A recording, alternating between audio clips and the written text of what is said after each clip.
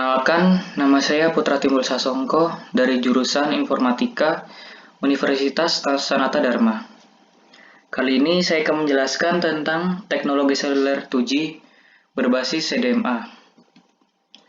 Yang akan saya bahas yaitu pertama, pengertian dari 2G, yang kedua, teknologi dari 2G itu ada apa aja, yang ketiga CDMA, yang keempat evolusi dari CDMA, dan yang kelima keuntungan menggunakan CDMA. Pengertian 2G. 2G merupakan singkatan dari second generation, yang artinya merupakan generasi kedua. Teknologi seluler ini hadir menggantikan teknologi generasi pertama, atau biasa disebut dengan 1G. Teknologi 1G menggunakan sistem analog AMPS. Ya, AMPS yaitu singkatan dari Advanced Mobile Phone System. 2G adalah jaringan teknologi seluler yang dirilis secara komersial pada jaringan GSM standar di Finlandia oleh Radio Linja pada tahun 1991. 2G ini menggunakan sistem digital dan dapat melayani komunikasi suara, komunikasi teks seperti SMS. Yang kedua, yang termasuk teknologi pada 2G, yaitu yang pertama, Time Division Multiple Access atau TDMA. Yang kedua, Personal Digital Cellular atau PDC.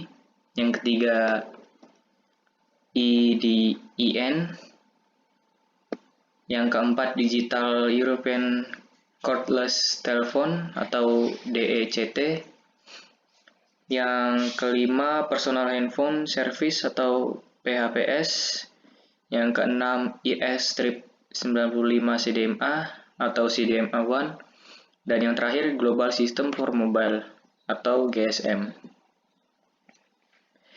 Yang ketiga, saya akan menjelaskan tentang CDMA. CDMA merupakan kepanjangan dari Code Division Multiple Access. CDMA ini merupakan sebuah bentuk pemultiplexan dan sebuah metode akses secara bersama yang membagi kanal tidak berdasarkan waktu atau frekuensi, tetapi dengan cara memberi kode pada data dengan sebuah kode khusus yang diasosiasikan dengan tiap kanal yang ada dan menggunakan sifat-sifat interferensi konstruktif dari kode-kode khusus itu untuk melakukan pemultiplexan. Cara kerja CDMA ini dapat dianalogikan dengan cara berkomunikasi dalam satu ruangan yang besar. Setiap pasangan dapat berkomunikasi secara bersamaan, tetapi dengan bahasa yang berbeda, sehingga pembicaraan pasangan satu bisa dianggap seperti suara kipas bagi pengguna yang lain, karena tidak mengetahui maknanya.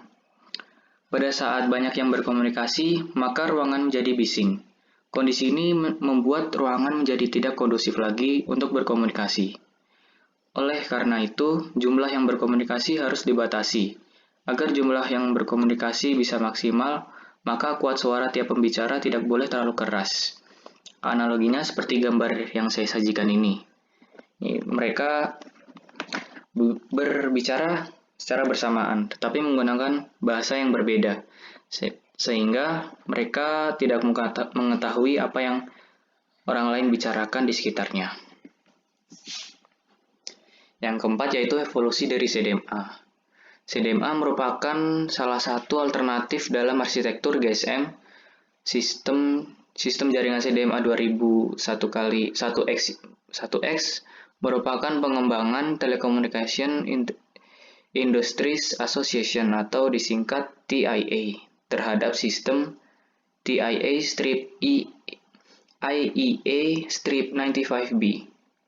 Perkembangan CDMA 2000 melalui 1X dikenal dengan nama CDMA 2000 1X EV. Dibagi dalam dua tahap. Tahap yang pertama yaitu 1X EV-DO atau 1X Evolution Data Only, dan tahap 2 yaitu 1X EV-DV atau 1X Evolution Data and Voice. Nah, ini dari CDMA itu awalnya dari ES-95A, yaitu tahun 1995, yang kecepatannya masih 14,4 kbps. Loncat 3 tahun menjadi ES-95B, kecepatannya naik 64 kbps. Naik 1 tahun menjadi CDMA 2000 revisi O, yang kecepatannya menjadi 153 kbps PSD.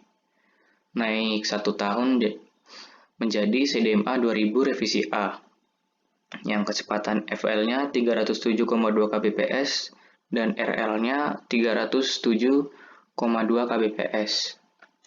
Loncat ke 2001, berubah nama menjadi CDMA 2000 revisi B.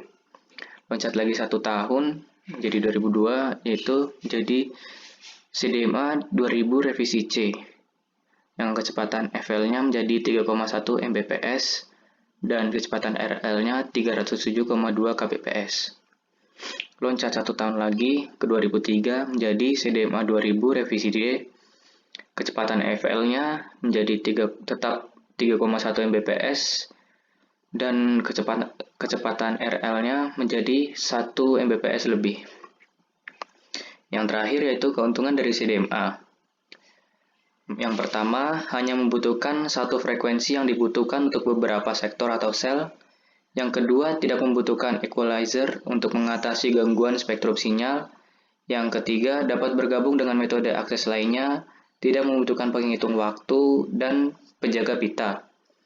Yang keempat, tidak membutuhkan alokasi dan pengelolaan frekuensi. Yang kelima, memiliki kapasitas yang halus untuk membatasi para pengguna akses. Dan yang terakhir, memiliki proteksi dari proses penyadapan. Sekian dari yang saya presentasikan tentang teknologi seluler 2G berbasis CDMA. Terima kasih.